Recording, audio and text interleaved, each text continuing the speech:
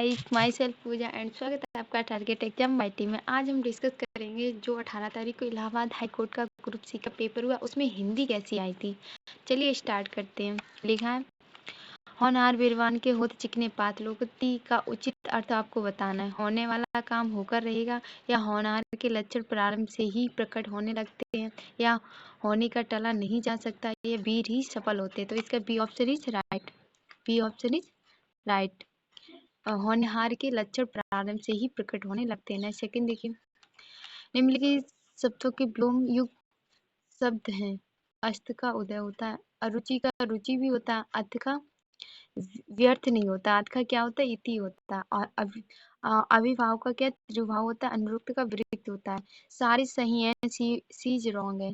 तो इसमें आपको देखना है, तो इसमें जहां जहां सी दिख जाए वो आपको क्या है, काट देना है, और इसका ए ऑप्शन इज राइट। नेक्स्ट देखिए, नेक्स्ट लिखा है, नीचे लिखे गद्यांश को ध्यान पूर्वक पढ़कर उस पर आधारित प्रश्नों के आपको उत्तर देना है। लिखा है, स्वाधीनता मनुष्य का जन्म सिद्ध अधिकार है। मनुष्य को तो क्या, सृष्टि के छोटे बड़े सभी प्राणियों को यह अधिकार समान रूप से प्राप्त है। किसी भी प्रत्यक्ष अप्रत्यक्ष कारण से इसकी अप्राप्ति ही पराधीनता कहलाती है। पराधीनता में प्राणी की प्रवृत्तियां कुंठित होकर रह जाती हैं।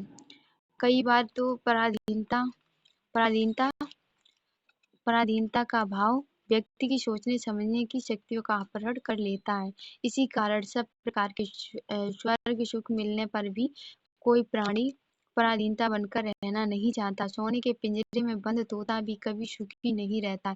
इसी भावना से अनुप्रमाणित होकर वह अपने पंख और सिर बार बार पिंजरे की सलाखों से टकराता है, ताकि उन्हें तोड़कर खुले आसमान में उड़ सके। ठीक है, और शगन डालियों पर बैठकर उन्मुख मधुर स्वरों में गीत गाए। जब एक अज्ञानी पक्षी में स्वाधीनता की इतनी तड़प दिखाई देती है, तो फिर बुद्धिमान सजीव और सशक्त मनुष्य का तो कहना ही क्या। पराधीनता व्यक्ति का अपना किसी प्रकार का व्यक्तित्व नहीं होता। इसके ऑप्शन देखिए क्या दिए गए हैं। लिखा है, फर्स्ट सोने, ये वाला देखिए, लिखा है, निम्नलिखित में से मनुष्य का जन्म सिद्ध अधिकार है। क्या है, अभी हमने स्टैंजा पढ़ा, स्वाधीनता मनुष्य का जन्म सिद्ध अधिकार है। नेक्स्ट देखिए, नेक्स्ट लिखा है, सोने के पिंजरे की सलाखों से तोता किस भाव से प्रेरित होकर टकराता है। अपने परिवार के पास जाने के लिए, स्वतंत्र होकर पिंजरे से बाहर जाने के लिए, सोने के पिंजरे में कैद रहकर की खुशी में, या अपने दुख को प्रकट करने के लिए। तो उसे स्वतंत्र होकर पिंजरे से बाहर जाने के लिए। नेक्स्ट देखिए, पराधीनता का भाव व्यक्ति की कौन सी शक्तियों का अपहरण कर लेता है। तो कि गीत गाने की, या उछल कूद करने की, या बोलने की। तो किसकी, सोचने थिंकिंग करने की, सोचने समझने की शक्ति का अपहरण कर लेता है। नेक्स्ट देखिए, नेक्स्ट लिखा है, प्राणी की प्रवृत्तियां तब कुंठित हो जाती हैं जब वह बहुत प्रसन्न होता है, बहुत दुखी होता है, या पराधीन होता है, या स्वाधीन होता है। तो क्या होता है, पराधीन होता है। नेक्स्ट देखिए, पराधीन व्यक्ति की विशेषता है, वह स्वावलंबी होता है, वह पराधीनता में खुश रहता है, वह आलसी होता है, उसका अपना किसी प्रकार का व्यक्तित्व नहीं होता। इसका D option is right. Next देखिए क्वेश्चन, नेक्स्ट क्या दिए गए थे। नेक्स्ट लिखा है, नेक्स्ट लिखा है, निम्नलिखित का उचित मिलान करना। आपको सूची फर्स्ट दी है, सूची से जिज्ञासु जिसमें जानने की इच्छा हो, तो ए का क्या हो जाएगा, ए का हो जाएगा थर्ड। इसमें जानने की इच्छा हो वो जिज्ञासु होता है। परोक्ष क्या होता है, बताइए, परोक्ष क्या होता है, बी का हो जाएगा, क्या हो जाएगा, फोर्थ। बी का क्या हो जाएगा, फोर्थ। परोक्ष जो आंखों के सामने ना हो। अशक्त, अशक्त क्या होगा, बताइए आप लोग, जिसमें शक्ति ना हो उसे अशक्त बोलते हैं। तो सी का क्या हो जाएगा, 2। और निशाचर, जो रात में घूमने वाला उसे निशाचर कहते हैं। तो डी का क्या हो जाएगा, 1। तो इसका देख लेना इधर कौन सा हो जाएगा, 3 4 2 1। B option is right. Next देखिए, नेक्स्ट लिखा, जिसने लाल कमीज पहनी है वह मेरा पड़ोसी है। वाक्य का आपको सरल वाक्य में कन्वर्ट करना है। लिखा, मेरा पड़ोसी लाल कमीज पहनता है, नथिंग, ये रॉन्ग है। जब लाल कमीज पहनी तब पड़ोसी बना, ये भी गलत है। नेक्स्ट, जो लाल कमीज पहनता है वह मेरा पड़ोसी, ये भी गलत। ये लिखा है, लाल कमीज वाला मेरा पड़ोसी है। D option is right. Next देखिए, नेक्स्ट लिखा है, सामने के मकान में रहने वाली सुशीला अत्यंत मेधावी छात्रा है। में रेखांकित पदबंध का सही विकल्प है। जो सामने के मकान में रहने वाली जो सुशीला है वो अत्यधिक मेधावी छात्रा है। तो आपको पदबंध बताना है। तो ये जो भी आगे जो लिखा है ये सुशीला के लिए लिखा है। तो सुशीला क्या हो गया, संज्ञा, संज्ञा पदबंध है। B option is right. Next देखिए, नेक्स्ट लिखा है, नेक्स्ट देखिए, नेक्स्ट लिखा है, नेक्स्ट लिखा है, वाक्य में प्रयुक्त आपको सर्वनाम और उनके भेदों का मिलान करना है। वाक्य में जो दिए गए हैं उसके मिलान और सर्वनाम के बताने हैं। नेक्स्ट देखिए क्या लिखा है, लिखा है बाहर कौन आया। इसमें कौन सा निश्चय सर्वनाम है या निश्चयवाचक सर्वनाम है या पुरुषवाचक सर्वनाम है या प्रश्नवाचक। बाहर कौन आया हम पूछते हैं तो क्या कर रहे हैं, क्वेश्चन कर रहे हैं। तो इसका क्या, ए का क्या हो जाएगा, ए का क्या हो जाएगा, ए का फोर्थ हो जाएगा। क्या हो जाएगा, ए का फोर्थ हो जाएगा। बाहर कौन आया, हमने क्वेश्चन किया ना, वह अपने आप चला गया, वह अपने आप चला गया, आप आ गया ना, तो क्या हो जाएगा, निजवाचक। तो बी का क्या हो जाएगा, निजवाचक है। First option is right. Next, यह ले जाओ, यह ले जाओ, तो ये क्या होगा बताइए, यह ले जाओ निश्चयवाचक है।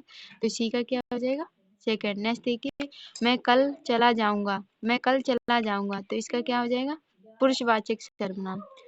डी का क्या हो जाएगा, फोर्थ, क्या हो जाएगा, मैं कल चला जाऊंगा, तो इसका क्या हो जाएगा, 4 1 2 3, 4 1 2 3, इसका ए ऑप्शन इज राइट। नेक्स्ट देखिए, नाना जी फल खरीद कर घर आए। वाक्य में रेखांकित पद रचना के आधार पर क्रिया का कौन सा रूप है, मुख्य क्रिया, पूर्वकालिक क्रिया। नाना जी फल खरीद कर घर आए यानी कि पूरा काम करके ही तो है, तो क्या हो जाएगा, पूर्वकालिक क्रिया। B option right. नेक्स्ट देखिए, भविष्य काल के भेदों का उचित विकल्प बताना है। भविष्य काल के 3 भेद होते हैं, सामान्य भविष्यत काल और संभाव्य भविष्य काल। C option is right. एक इसमें दिया नहीं है।